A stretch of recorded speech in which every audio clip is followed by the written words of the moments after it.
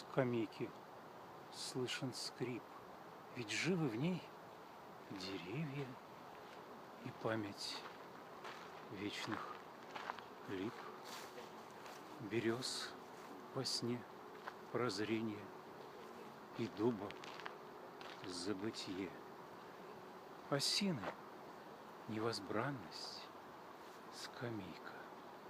Где ты, вне или здесь, как первозданность, беседую с тобой и с кронами созвучий, и в бездне голубой стихи слагаю тучи.